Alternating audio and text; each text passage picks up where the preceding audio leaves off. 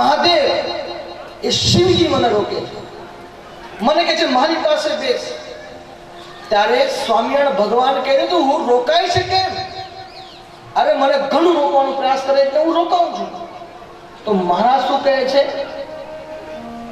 સાંભળ મૂળજી, હવે તું મારા ધામમાં જાય ને અને પેલા કપડથી તને રોકે તો પેલા સમજાવજો કે ભાઈ મારે ભગવાનના ધામમાં જવું છે, એ ભગવાનના ધામમાં રહેલું દિવ્ય સ્વરૂપ એની ઝાંખી મારે દર્શન મારે કરવા છે, એટલે તું મને જવા દે.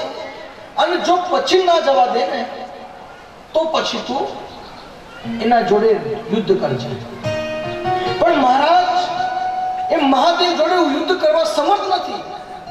ત્યારે શ્રીજી મહારાજ કે મૂળજી આ જ મારું રહસ્ય છે.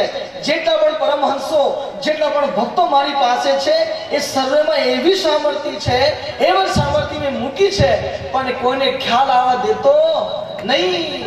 એ તો એક એક ભગવાન થઈને પૂજાય. પણ મૂળજી એ વખતે જ્યારે તમને કપડદી રોકે, જ્યારે તમને કૈલાશપતિ શિવજી રોકે, ત્યારે તમે સમજાવજો. આ જો પ્રેમથી ના સમજે તો પછી તમે યુદ્ધ કરજો. પણ મહારાજ યુદ્ધ, મહારાજ કે મારો સ્વરૂપ તમારા અંતરમાં છે ને, એ સ્વરૂપને યાદ કરજો, આર્તનાદથી મને પુકારજો, કપડદીથી તમે જીતી જશો. અને આજે મૂળજી બધાય ધામોના દર્શન કરતા કરતા અક્ષરધામમાં ગયા અને મહાદેવજી વચ્ચે મળી ગયા. હે મૂળજી રોકા.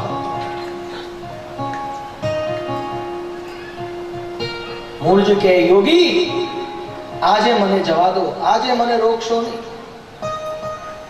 શું બોલે છે મારી સાથે? તને ખબર નહીં હું કોણ છું? હા હું જાણું છું તમે રુદ્ર છો, મહાકાળ છો, પણ આજે નહીં. આજે હું તમારો રોકાઈશ નહીં. તું મારી આગળ રોકાઈશ નહીં. તને ખબર છે ને, ભલે ગમે તે હોય પણ આજે હું તમારા આગળ રોકાઈશ નહીં. ભલે મારે તમારી જોડે યુદ્ધ કરવું પડે. અને જ્યાં યુદ્ધ કરવાની વાત આવી ને, જ્યાં મહાજી અતિ રુદ્ર રૂપમાં આવી ગયા, મહાદેવ અતિરુદ્ર રૂપમાં આવી ગયા અને અતિરુદ્ર રૂપમાં આવીને એટલા ખીજાયા, એટલા ગરમા ગરમ થઈ ગયા, જટાઓ ખુલી ગઈ છે. દુલા ભયા કાગ તાંડવ સ્તોત્ર એમને પોતાની ભાષામાં લખ્યું. જટાટવી ઝલટ એ છે ને, એમ દુલા ભયા કાગ જે સૌરાષ્ટ્રના સારા એવા કવિ થઈ ગયા, એમને લખ્યું. અને એવું દ્રશ્ય એ દિવસે જ્યારે મૂળજી જ્યાં લડાઈ કરતો હતો, યુદ્ધ કરતો હતો, એ સમયે એવું દ્રશ્ય ત્યાં સર્જાનું. અને એવું કહેવાય છે, હડડમ કડડમ બ્રહ્માંડ ઘલે જળ ધમ ધમ ડાકર ડાક બજે જણ નમ દ્રગ જ્વાલ કરાલ જરે સચરમ ગણ ગણ ગણ સાજ સજે બાબુતય ગણ ભૂત ભયંકર ભૂતળ નાથ અખંદર તે નખતે રુદ ગણ ભૂકટ હાકટ ધાકટ ધીકટ નાદ પેર પરમ હડડમ ખડડમ બ્રહ્માંડ હલે જળ ધમ ધમ ડાકર ડાક બજે જણ નમ દ્રગ જ્વાલ કરાલ જરમ ગણ સાજ સજે બાબુ તે ગણ ભૂત ભયંકર ભૂતળ નાથ અખંદર તે નખતે રુદ ગણ ભૂકટ હાકટ ધાકટ ધીકટ નાદ પેર પરમ. અને મૂળજી અને મહાદેવની રુદ્ર યુદ્ધ થયો અને જબરદસ્ત યુદ્ધ થતા. અને નિષ્કુળાન સ્વામી લખે છે કે એવું ઘમાસાન યુદ્ધ થયો. એ ઘમાસાન યુદ્ધની અંદર આજે મહાદેવજી પોતાની જટાઓ ખોલી નાખી છે. મહાદેવજી પોતાના હાથમાં ત્રિશૂળ ધારણ કરી લીધું છે. આ બાજુ મૂળજી શ્રીજી મહારાજ હે મહારાજ, હે મહારાજ, હે મહારાજ આમ સંભાળતા કપરદી અને મૂળજીનું યુદ્ધ થયું. અને યુદ્ધ થતા થતા મૂળજીએ મહાદેવજીની જટાઓ પકડીને એવા પછાડ્યા કે આખા બ્રહ્માંડ ગાજતું હોય એવી ગર્જનાઓ થઈ. ત્યાં મુક્ત સ્થિતિએ બેઠેલા ભગવાન આગળ બેઠેલા સર્વે ભક્તોને મનમાં થયું મહારાજ શેનો પડકારો થયો. મહારાજ કે હમણાં તમારે ખબર છે કે શેનો પડકારો થયો. આમ મૂળજીએ આજે મહાદેવજીને યુદ્ધમાં હરાવી દીધા. કોના પ્રતાપે? શ્રીજી મહારાજને સંભાળ્યા ને. હે મહારાજ સ્વામી ભગવાન વચનાવત કે ગમે તેવો કામ અંદર વિકારે, ગમે તેવો કામ વ્યાપે, અને એ સમયે કામને શાંત કરવાનો મોટામાં મોટો સાધન છે ઉચ્ચ સ્વરે આર્તનાદે દિલના હૃદયના શબ્દોથી મહારાજ મહારાજ સ્વામિનારાયણ કરો, એ ગમે તેવો ક્યાં ગાતો હશે ને ધડાક દઈને શાંત થઈ જશે. આજે મહાદેવજી ઘણા ખીજાણા પણ સ્વામિનારાયણ ભગવાનને સંભાળતાની સાથે આજે મૂળજી મહાદેવજી આગળ જીતી. આ કહેવાય પરચો. આપણે સામાન્ય મનુષ્યની વાત છે મહાદેવજી લડવું, લડી શકાય ખરું? એ તો દેવકોટી છે, લડી શકાય ખરું? પણ નહીં. પણ આજે લડ્યા કોના પ્રતાપે? શ્રીજી મહારાજે પરચો પૂર્યો અને એ મહાદેવજી આગળ જીતી ગયા.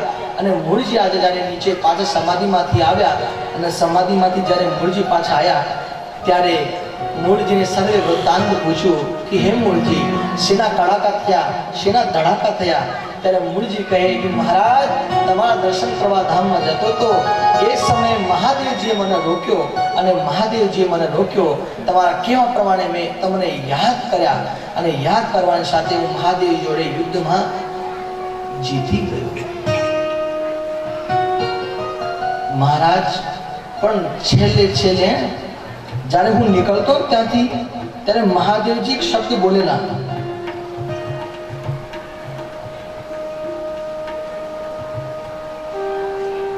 મૂળજી, તું મારી આગળ જીત્યો ને એના પાછળનું એક જ રહસ્ય છે. જે તારા અંતરમાં વિરાજમાન છે એવા ભગવાનને તે સંભાળ્યા ને, એ સર્વોપરીને સંભાળવાના કારણે તું આજે મારી આગળ જીતી શક્યો. બીજો કોઈ મારી આગળ જીતી શકે નહીં. પણ મહારાજ, એ મહાદેવજી મને કીધું એ સર્વોપરી, સર્વોપરી એટલે શું?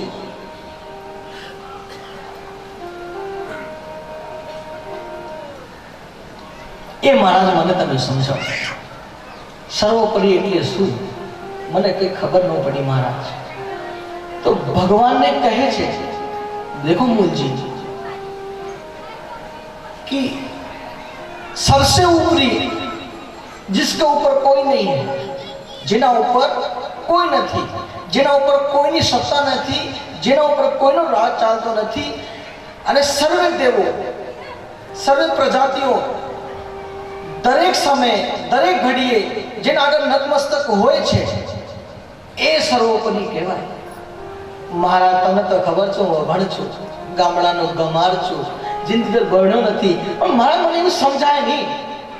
મને કઈ પ્રેક્ટિકલ કરીને દેખાડો તો મને ખબર પડે કે સર્વોપરી એટલે શું. તો મહારાજ કહે કે મૂળજી કામ કરશો, આ જેટલા પણ મુક્તો દેખાય છે ને, જેટલા પણ મુક્તો દેખાય છે એ સર્વે મુક્તો, અને જેટલા પણ તમે લોકમાં જાઓ છો એ સર્વે લોકના અધિષ્ઠાતા દેવ, એ સર્વેના તમે જેટલાને ઓળખો છો બધાના પૂજન કરી આવો. અને પૂજન, એમનું પૂજન કરતા કરતા સંકલ્પ કરજો, જો તમે સર્વોપરી હો. કેવો સંકલ્પ કરજો? જો તમે સર્વોપરી હો તો જેટલા મુક્તો છે, જેટલા દેવકોટીના અધિષ્ઠાતા દેવ છે એટલા રૂપ મારા થાય. કેમ કે એકલો મારા એટલા બધાનું પૂજન ક્યારે કરી શકે? જો તમે સર્વોપરી હો, દરેકનું પૂજન કરતા કરતા તું આવો સંકલ્પ કરજે, જો તમે સર્વોપરી હો, સર્વેથી ઉપરી હોય, સર્વે કારણને કારણ હોય, સર્વે નિયામક હોય, તો જેટલા રૂપો અહીંયા છે એ બધા એટલા રૂપો મારા થાય, એટલા સ્વરૂપો. એક એકના પૂજન કર્યા, બધી જ સંકલ્પ કરું, પણ ક્યાંય એ થયું નહીં. અને છેલ્લે શ્રીજી મહારાજ પાસે આવ્યા ને મહારાજ કે ખબર પડી? ના મહારાજ, બધાના પૂજન થઈ ગયા. હા, બધાના પૂજન થઈ ગયા, કોણ બાકી? તમે. તો મારું પૂજન કરી સંકલ્પ કરો કે જેટલા દેવકોટી અધિષ્ઠાતા દેવ છે, જેટલા પણ મુક્તો છે, એ સર્વેનું પૂજન કરવા હું ઈચ્છું છું. એટલા માટે મારા એટલા બધા રૂપ થાય, એટલા સ્વરૂપો મારા થાય, એટલા મારા રૂપો થાય. આવો સંકલ્પ કરી જ્યાં ભગવાન સ્વામી પૂજન કર્યું ને ત્યાં મૂળજીના આટલા સ્વરૂપો થયા. અને આટલા રૂપે શ્રીજી મહારાજ સર્વે દેવકોટી, સર્વે મુક્તોના પૂજન એમને કર્યા ત્યારે મૂળી કે અરે મહારાજ આ હવે ખબર પડી. ત્યારે મહારાજ કે મૂળજી જેવી રીતે તમે ઓળખ્યા છે ને એવી રીતે જો જીવ ઓળખી જાય મને તો પછી એને કંઈ કરવાનું બાકી રહેતું નથી. એવા ભગવાન આપણને મળ્યા છે કે જેમને સૌથી પહેલા પરચો આપ્યો. કોને? ભૂલી ગયા? પર્વતભાઈ. અને પર્વતભાઈ પછી કોને આપ્યું? મૂળજીને. કઈ જાતિ હતી? લુવાણો. ગામ હાટીના માળિયા. યાદ તો બરાબર, કાલે પૂછીશ પાછું.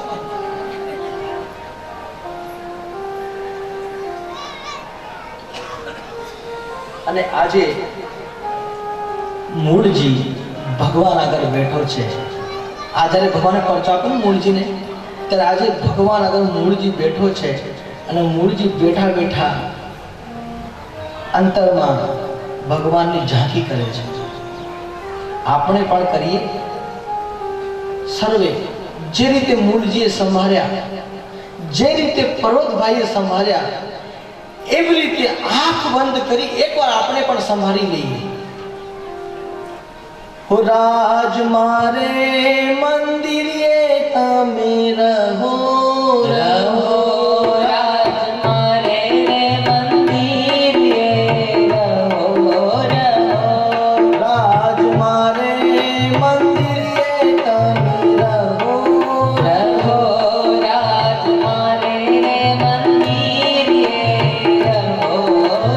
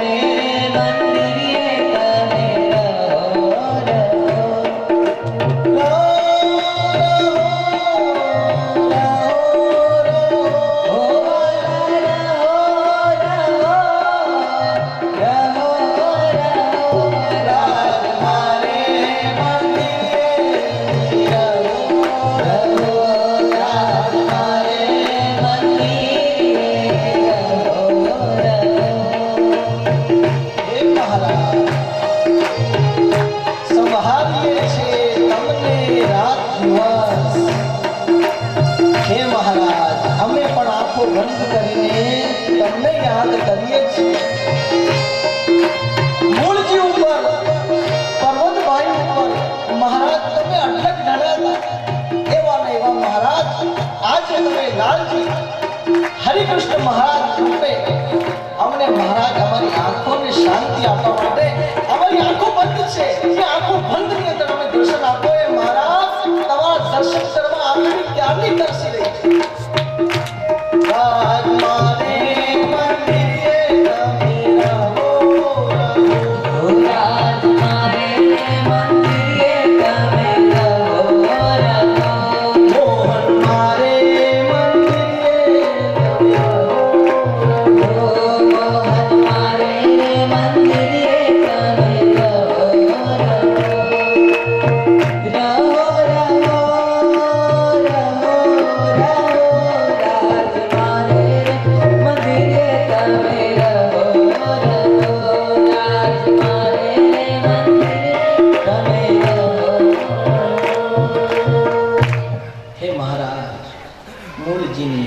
પર્વતભાઈને આદિ ભક્તો તમે મહા સુખ આપ્યું છે તમારા સ્વરૂપને.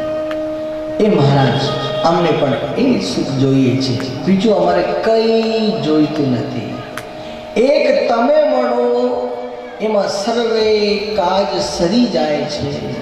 એક તમ મિલો, तुम मिलो, एक तुम ही मिलो, तुम्हारे सिवा कोई दूजा ना मिलो. हे महाराज, श्रीजी महाराजना परम संत નિષ્કુળાનંદ સ્વામી લખે છે, પ્રગટ પ્રભુતિ પરચા થાય તે તો લખતા કેમ લખાય, કહેતા સુનતા નવે આનંદ, માટે કહું છું સુનો જનવૃંદ. ભગવાનના પરચાઓ તો અપાર છે. એ લખાય એમ લખતા લખાય નહીં, કહેતા કહેવાય નહીં. એ ભગવાનના પરચા અપાર છે. પણ નિષ્કુળાનંદ સ્વામી કહે છે મારી બુદ્ધિ પ્રમાણે જેટલા હું લખી શકું છું એટલા હું વર્ણન કરું છું. ત્યારે નિષ્કુળાનંદ સ્વામી લખે છે કે આ મૂળજી એવો મોટો ચોર હતો, ચોરોનો સરદાર હતો, તો પણ એ શ્રીજી મહારાજનો પરમ ભક્ત બન્યો. કેવી દેહથી પર વર્તીને ધામમાં જાય, દર્શન કરવા જાય. આવા ચોરને પણ આવી પરિસ્થિતિ થઈ જતી હોય તો આપણા જીવાની કેમ ન થાય? આ પરચા ને સુનતા જે નું હૃદય ગદગદિત બન્યું છે એવા હૃદયની અંદર આવીને શ્રીજી મહારાજ વિરાજમાન થશે એવું નિષ્કુળાનંદ સ્વામી અહીંયા કહે છે. इति श्रीमदेकांतिक धर्म प्रवर्तक श्री सहजानंद स्वामी शिष्य निष्कुलानंद मुनि विरचिते भक्त चिंतामणि मध्ये श्रीजी महाराज पर्वत भाई तथा मूलजी ने परचा कुर्या इनामे 128 प्रकरणम. 128 થી 158 સુધીના પરચા છે. હવે વિચાર કરો કેટલા વર્ષો જતા રહ્યા. એડિંગ મિક્સિંગ થતું જાય, પાછું વચ્ચે છે પરચા વચ્ચે સમજાવવાનું એ સમજાવવાનું હોય. અહીંયા મૂળજી અને પર્વતભાઈનું શ્રીજી મહારાજે જેને રાજી કર્યા છે એવા ભક્તોના ચરિત્ર ગાયા. હવે શ્રીજી મહારાજ ના પરમ સંત નિષ્કુળાનંદ સ્વામી અતિ પ્રસન્ન કરી દે હૃદયને એવા સંતને શ્રીજી મહારાજે પરચો પૂર્યો.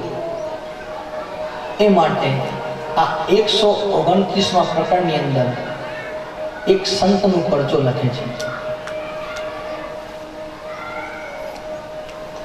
વળી પરચા